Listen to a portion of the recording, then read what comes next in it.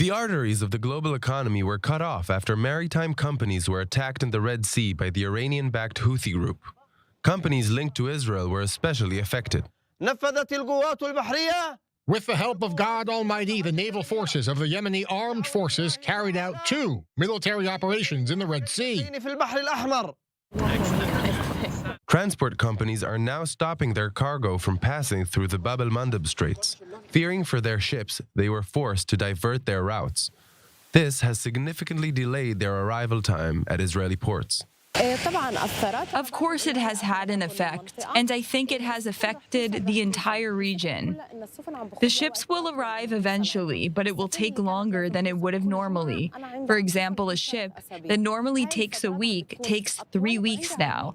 At the port, we try to meet more orders while reducing the number of ships coming to us. A large ship arrived today, and we have been waiting for it for nearly 3 weeks. Unlike other Israeli ports, this port, owned by the Shanghai International Ports Group, a high-tech Chinese port, is witnessing commercial activity. As port workers, the war did not affect us. This war has a greater impact on the port of Ashdod. Work here has increased because the ships that used to go to Ashdod are now coming to us. So work has increased in the port. One of the processes that I lead here regards staffing. I'm very focused on young staff.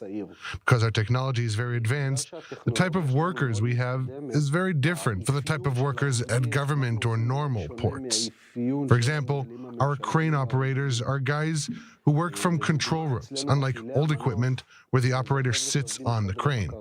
Therefore, the skills of the crane operator are very different from what the port world has known until today.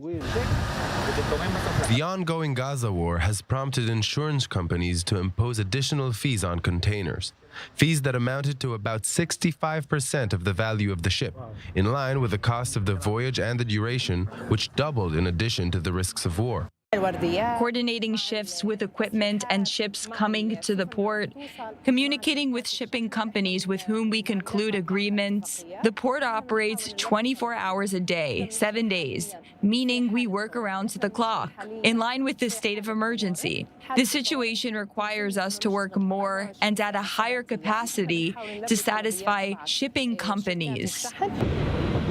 The Israeli tax authority said it compensates ships that suffered war damage at a rate of 100%. But the continuation of the war in Gaza will keep the situation as it is, in light of the Houthi groups linking the safety of ships with the end of the war.